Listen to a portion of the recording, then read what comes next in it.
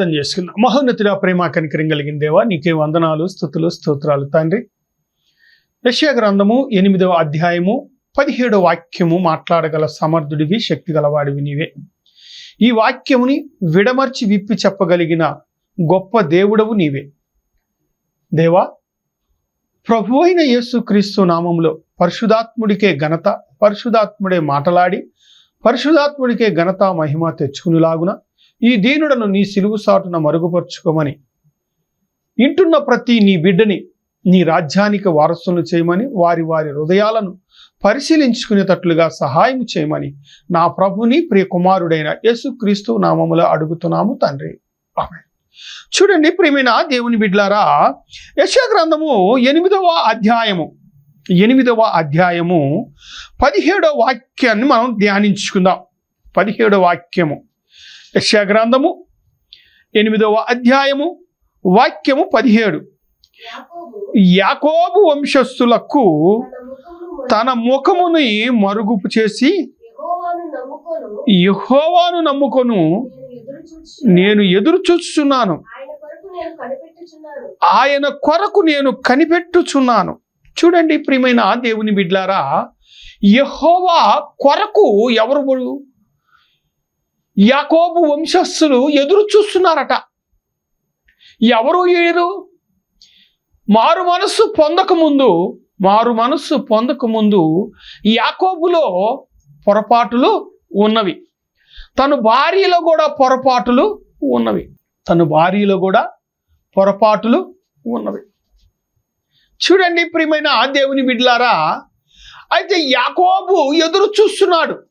ఎక్కడ ఎదురు చూస్తున్నాడు? ఆయన కోనేరు యొద్ద నుంచి ఏకాంత ప్రార్థనకు వెళ్ళినప్పుడు ఎదురు చూస్తున్నాడు. అయ్యా, నా అన్న అయిన ఏశావు నేను చేసిన తప్పుని బట్టి, పొరపాటును బట్టి నాకు తెలిసింది, పశ్చాత్తాపడుతున్నాడు. అన్నకు రావాల్సిన దీవెనలు నేను పొందుకున్నాను, నన్ను క్షమించమని విజ్ఞాపన చేశాడు. తను రెండో భార్య కూడా మరి వాస్తవానికి లాభాను యొద్దనున్న గృహదేవతల ఫోటోలు, బొమ్మలు ఆ రోజుల్లో మరి ఎండితో చేపించుకొని ఉన్నారో ఇతరుతో చేపించుకొని ఉన్నారో తెలియదు, కానీ ఆ బొమ్మలు తీసుకొని వచ్చి వాస్తవానికి బంగారపు అయి ఉంటాయి అని నేను అనుకుంటున్నాను.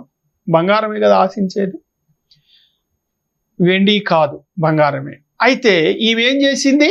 రెండో భార్య, యాకోబు రెండో భార్య ఆ బొమ్మలను తీసుకుని వచ్చి ఒంటెలు మేతలో పెట్టింది.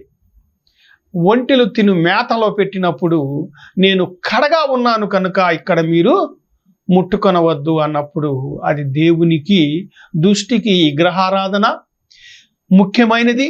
రెండోది దొంగతనము. ఈ రెండు విషయాలు కూడా యాకోబు ఎంతో ఆర్భాటముగా ప్రేమిస్తున్న తన రెండో భార్య ఎంతో పాపము చేసింది. ఇక్కడ ఏమంటున్నాడు మరొక్కసారి ధ్యానించుకుందాం. యాకోబు వంశము తన ముఖమును మరుగు చేసి యెహోవాను నమ్ముకొను నేను ఎదురు చూచుచున్నాను. చూడండి ప్రియమైన వారులారా, ఎదురు చూసినంత మాత్రాన నీవు యాకోబు వలె లేదు.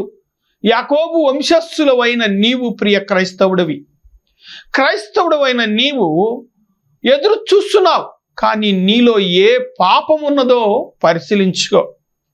ఏ పాపమున్నదో ప్రభు అయిన యేసుక్రీస్తు నామములో నీ హృదయాన్ని పరిశీలించుకో.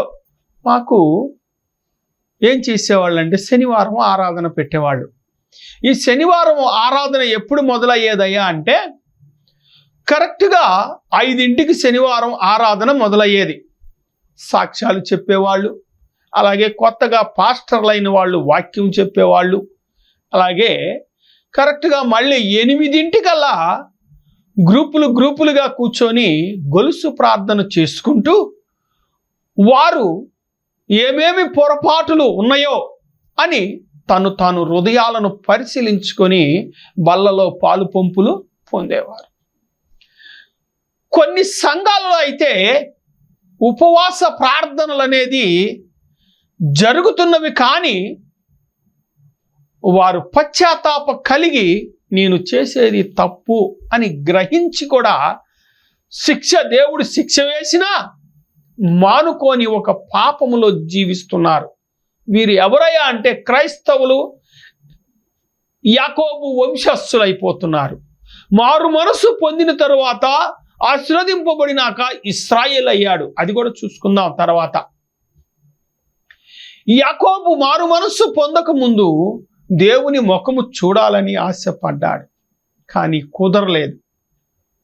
నీ పేరేమిటి అంటే, నా పేరు ఏశావు అని నా తండ్రి దగ్గర దీవెనలు పొందుకున్నాను, నా తండ్రిని నా అన్నని మోసం చేశానని ఒప్పుకున్నాక దేవుడైన యెహోవా ఆశీర్వదించాడు, ఇశ్రాయేల్ అయ్యాడు.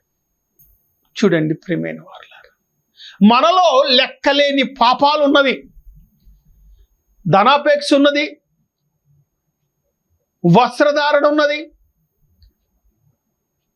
జీవపు డంబం ఉన్నది, నిత్యము అహంకారముతో జీవించే జీవితము మనలో ఉన్నది. కనుక దేవునికి నీవు తగ్గించుకున్న స్వభావమై ఉన్న ఎడల నీకు ఆశీర్వాదము కలుగు. తగ్గించుకోని స్వభావము లేనప్పుడు, అధికార దాహం ఉన్నప్పుడు, అహంకార స్వభావం ఉన్నప్పుడు,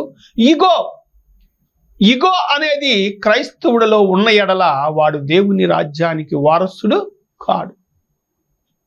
దేవుని రాజ్యానికి వారసుడు కాడు. ఒక ఫ్యామిలీ ఉంది, ఇగోతో నాకే ఈ పైజరిపేటలో ఎవరైనా ఏదైనా నాకే చెప్పాలి అన్న ఒక స్వభావముతో కీడు చేస్తూ ఉంటాడు. వాడు ఎవడయ్యా అంటే క్రైస్తవుడే. క్రైస్తవుడు వయసులో పెద్దవాడు. నిత్యము కూడా ఒకడికి కీడు చేసే స్వభావం ఉంటే నీ ప్రార్థన ఎలాగా? నీ కుటుంబంలో ఆశీర్వాదం ఎలా వస్తుంది? నీ బిడ్డలు పరలోక రాజ్యంలో ఉండాలి అనే ఒక తాపత్రయం నీకు లేదా? ఇక్కడ 70 ఏండే, మహా అయితే 80, ఆల్రెడీ 75 వచ్చేసింది. ఇంకొక 5 సంవత్సరాలు ఆ తర్వాత నీ పరిస్థితి ఏంటి? నీ స్థితి ఏంటి? నీ గతి ఏంటి? జ్ఞాపకం చేసుకో. పాపాత్ముడికి ఆయుష్ ఎక్కువ.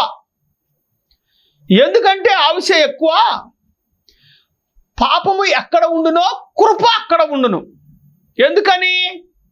వీడు మారు మనసు పొందుతాడేమో, ఇకనైనను తెలుసుకుంటాడేమో, ఇహనైనను దేవుని సింహాసనమును చూడాలని ఆశ ఉంటదేమో, ఇకనైనను మారు మనసు పొందుతాడేమో. నటనా జీవితం క్రైస్తవత్వం అయిపోయింది. నటనా జీవితం క్రైస్తవత్వం ఎలాగుందయ్యా అంటే నటనా జీవితంతో అయిపోయింది క్రైస్తవత్వం. నటిస్తున్నారు, చేసే పనులు చేస్తున్నారు, వచ్చే శాపం వస్తుంది, అయినా సరే గ్రహింపు అనేది లేదు. బల్లలో పాలు పంపులు పొందుతున్నారు, బల్లలో పాలు పంపులు పొందుతున్నారు, కానీ ఏమాత్రం కూడా భయము లేదు.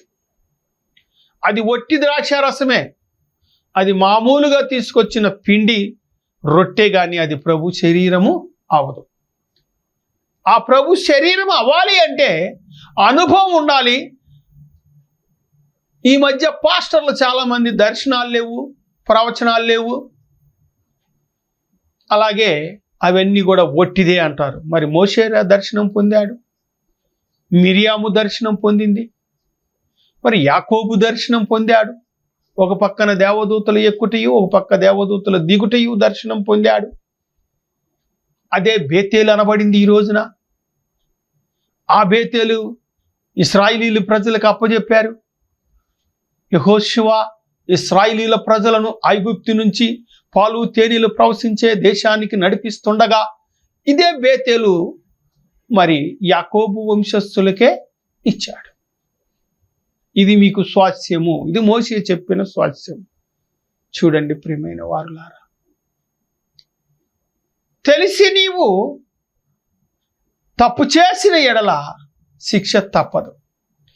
అప్పుడు నువ్వు ఎంత ప్రార్థన చేసినా నీ ప్రార్థన దేవుడు ఆలకించడు. ప్రియమైన వారులారా, చాలామంది వాక్యం చెప్తున్నారు. వాక్యము సాతానుకు అంతా తెలుసండి. ప్రభు అయిన యేసు క్రీస్తునే శోధించింది సాతాను. అందుకని ఏమన్నాడు? నీ దేవుడైన యెహోవాని మ్రొక్కి నీవు పక్కకి పో అంటాడు.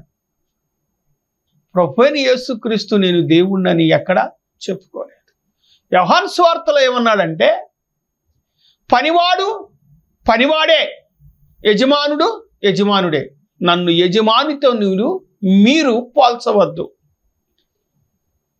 దాసుడు యజమానికి పోలిక కాదు అన్నాడు. ఎందుకని? తనలో ఏ దోషము పాపము లేదు కనుక తను చేసిన ప్రార్థన అంగీకరించాడు. అంగీకరించి ఆయన ప్రతి కోరికను ఈ భూమి మీద సఫలపరిచాడు.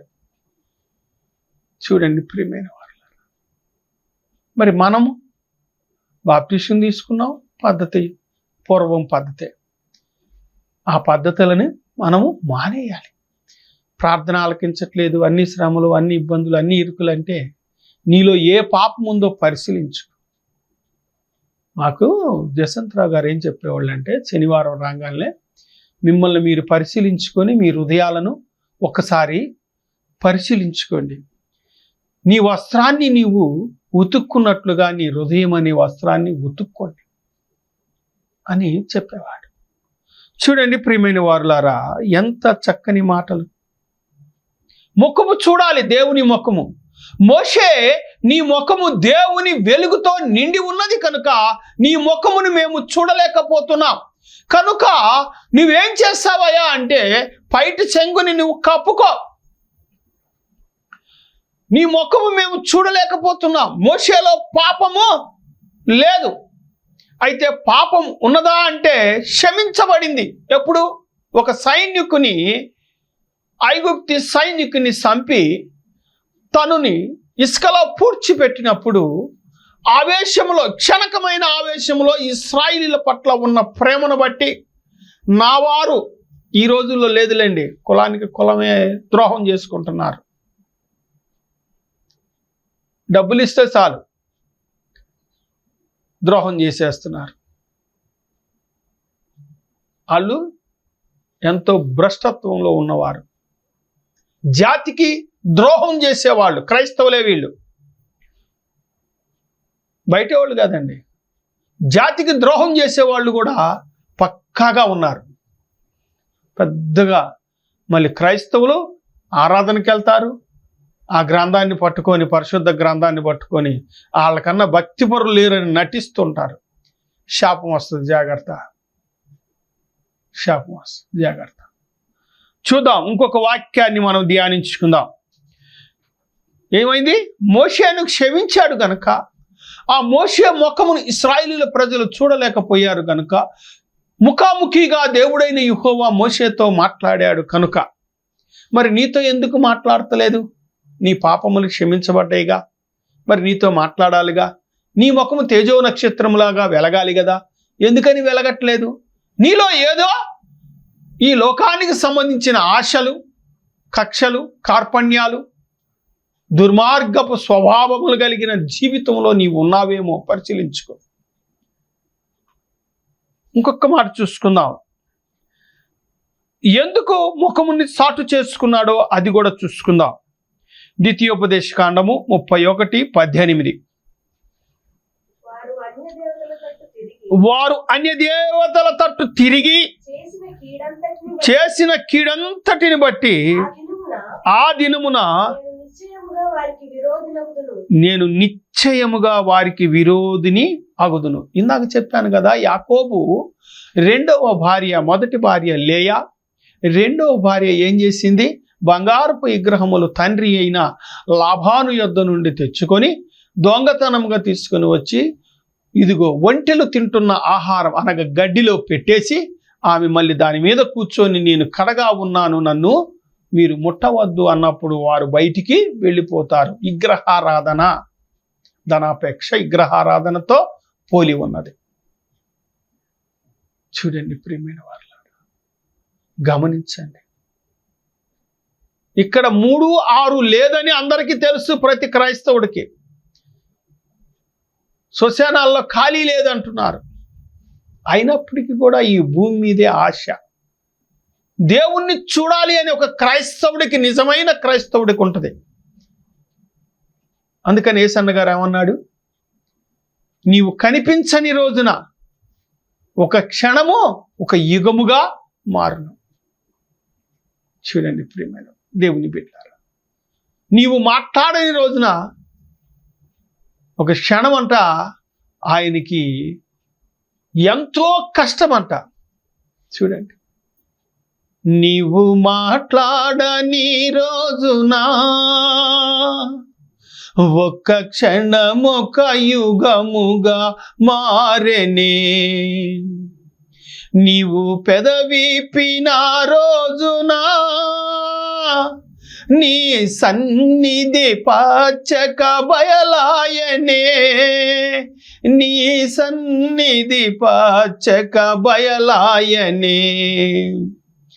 యేసయ్యా నా హృదయ స్పందన నీవే కదా, విశ్వమంతా నీ నామము గణనీయము, విశ్వమంతా నీ నామము గణనీయము.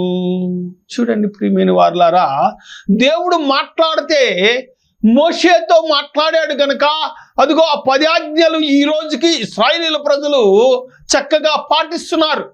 మరి నీవు ఇశ్రాయేలీయుల ప్రజలు 10 ఆజ్ఞలు పాటిస్తున్నారు చక్కగా. వారు ఇశ్రాయేలీయుల ప్రజలు దేవుడైన యెహోవా చెప్పిన ప్రతి పండగని ఆశీర్వదిస్తున్నారు, ప్రతి పండగని ఆచరిస్తున్నారు. పర్ణశాలల పండుగ, గుడారాలు పండుగ. పర్ణశాలలు వేరు, గుడారాలు వేరండి. సమాధాన బలి అర్పణ పండుగలు, కృతజ్ఞతా బలి అర్పణ పండుగలు, ఇవన్నీ కూడా కోతకాలపు పండుగలు. ఈ కోతకాలపు పండుగ అనేది ఇదిగో దసరా అంటున్నారు. ఎందుకంటే అన్నీ పాడైపోతాయి కనుక సామాన్లు అవి తీసుకెళ్ళి ఆ మంటలో పడవేస్తారు. కోతకాలపు పండుగ. చూడండి ప్రియమైన వారు, గమనించండి, ఆలోచించండి. మనం చేసేది పండుగ కాని పండగ చేస్తున్నాం. క్రైస్తవుల మనం క్రిస్టమస్ అది పండగ కానీ పండగని చేస్తున్నాం.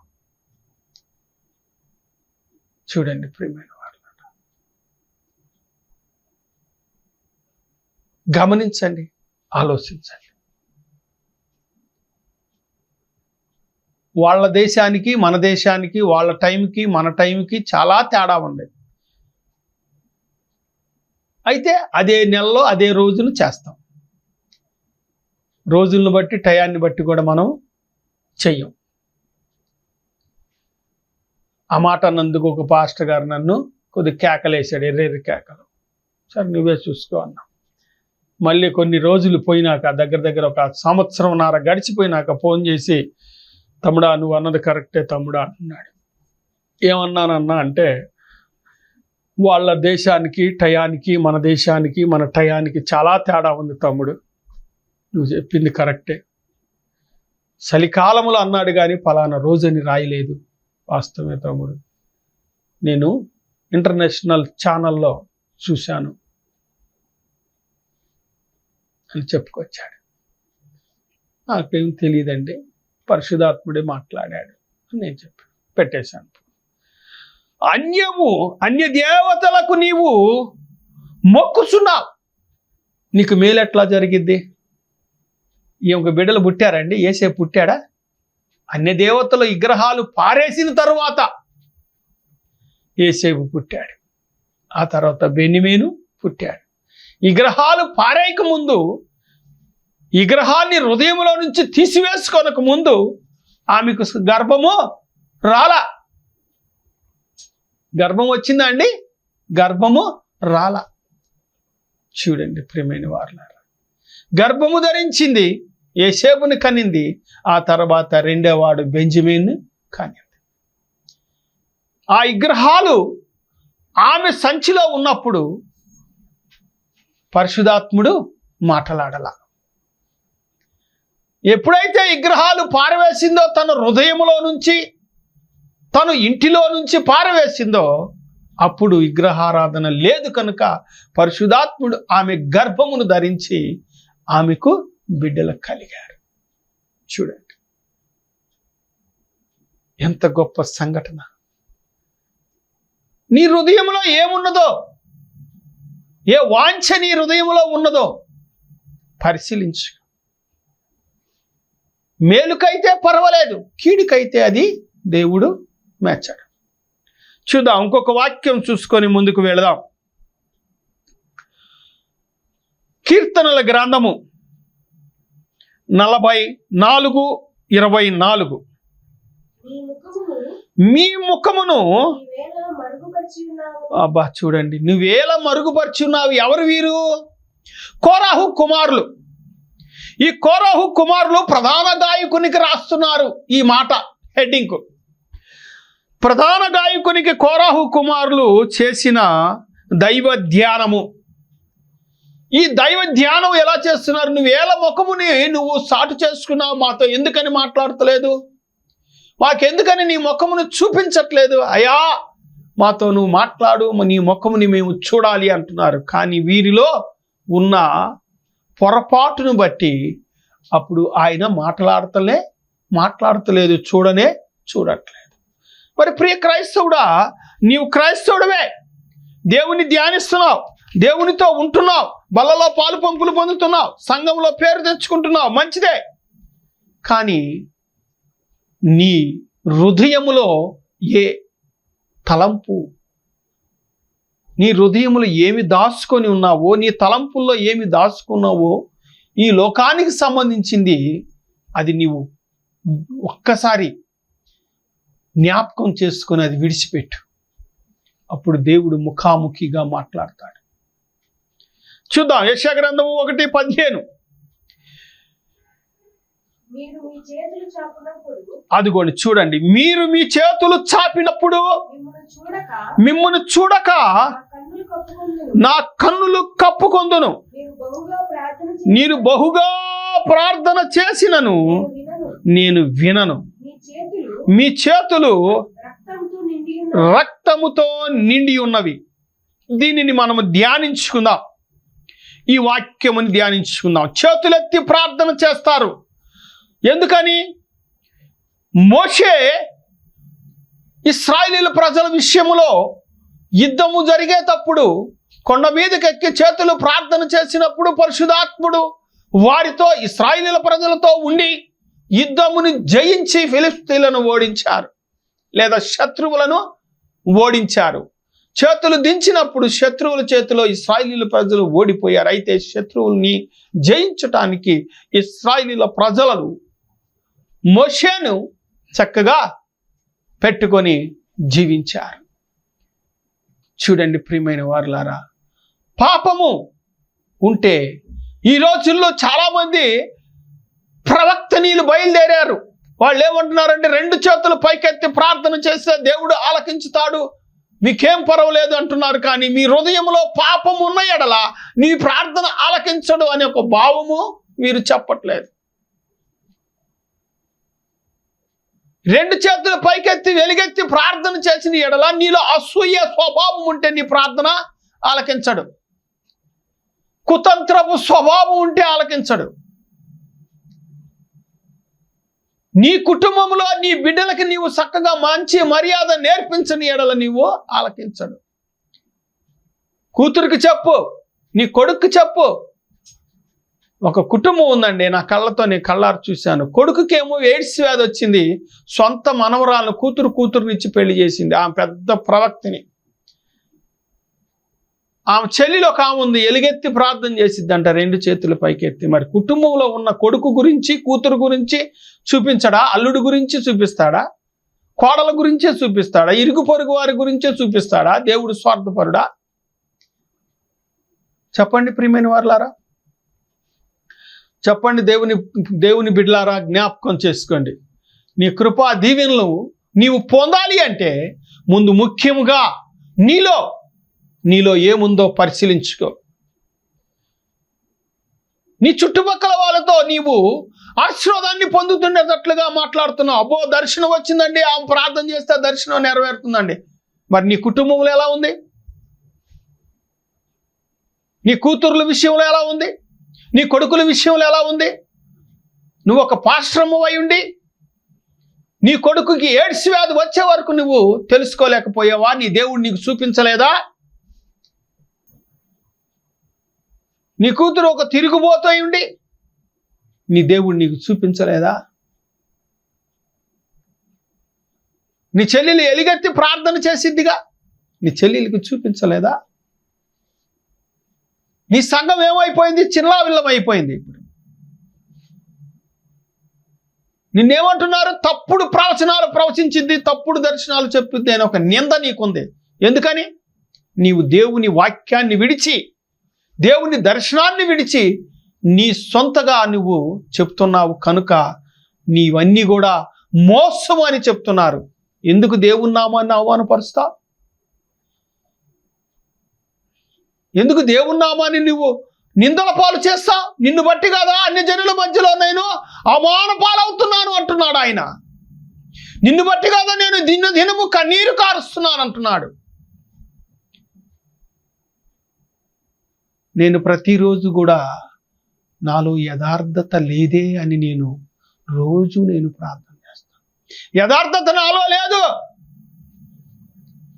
నేను ఇంకా దేవుని దృష్టికి ఏదో నాలో లోపం ఉన్నది అని నన్ను నేను ప్రశ్న వేసుకుంటూ ఉంటా. ఈ లోపల సాతానుగాడు ఎవడో ఒకళ్ళు దూరి వచ్చి వాడు ఏదో ఒకటి అంటూనే ఉంటాడు. నేను ప్రశ్న వేసుకుంటూ ఉంటా. ఈరోజు నేను ఎలా ఉన్నాను? నా పరిస్థితి ఎలా ఉంది? నా స్థితి ఎలా ఉంది? నా గతి ఎలా ఉంది? రోడ్డు మీదకి వెళ్ళాను, ఇంటికి వచ్చాను, బయటికి వెళ్ళాను, ఇంటికి వచ్చాను, బస్సు ప్రయాణం చేశాను, ఎలా ఉంది? ఎక్కడ తొట్టి వెళ్ళాను, ఎక్కడ మాట జారాను అని నేను ప్రశ్న వేసుకుంటూ నేను ఒక్కొక్కసారి ధ్యానం చేసుకుంటుండగా సాతానుగాడు ఎవడో ఒకళ్ళ దూరి వస్తూ మాట్లాడుతూ ఉంటాడు. చూడండి ప్రియమైన వారలారా, గమనించండి. ఆయన ముఖమును చూడలేకపోతే నువ్వు క్రైస్తవుడివి కాదు. ఆయన నీతో మాట్లాడే అనుభవం లేకపోతే నువ్వు దేవుని కుమారుడవు కాదు, కుమార్తెవు కాదు. నీవు దేవుని కుమారుడవు, కుమార్తెవు అయిన ఎడల నీవు నిత్యము కూడా నీవు ఏం చేస్తావయ్యా అంటే దేవునితో లగ్నమై ఉంటావు. రేపేం జరిగిద్దో ఈ పూట చూపిస్తాను నీకు. ఆ అనుభవం నీకుందా? ఆ దర్శన భావం నీకుందా? 40 ఏళ్ళు అయిందండి మారు మనసు పొంది, రక్షణ పొంది. ఏం పొందుకున్నావు నీవు? ఏమంటున్నాడు ప్రభువైన యేసుక్రీస్తు? ఇంకో తోటమాలి, ఏమిటయ్యా ఈ చెట్టుకి కాయలేదు, ఈ చెట్టుకి కాయలేదు, పువ్వు లేదు, ఏమిటి అన్నప్పుడు తోటమాలి ఏమంటున్నాడు? యజమానుడు ఎవరు? దేవుడైన యెహోవా. తోటమాలి ఎవరు? ప్రభువైన యేసుక్రీస్తు. ఏమంటున్నాడండి? అయ్యా ఈ 1 సంవత్సరం సమయం ఇవ్వు. ఈ కార్యక్రమానికి సహకరించుటకు, మీ కానుకలు పంపుటకు మా అకౌంట్ నంబర్ 427729059996. ఈ కార్యక్రమానికి సహకరించుటకు, మీ కానుకలు పంపుటకు మా అకౌంట్ నంబర్ 427729059996.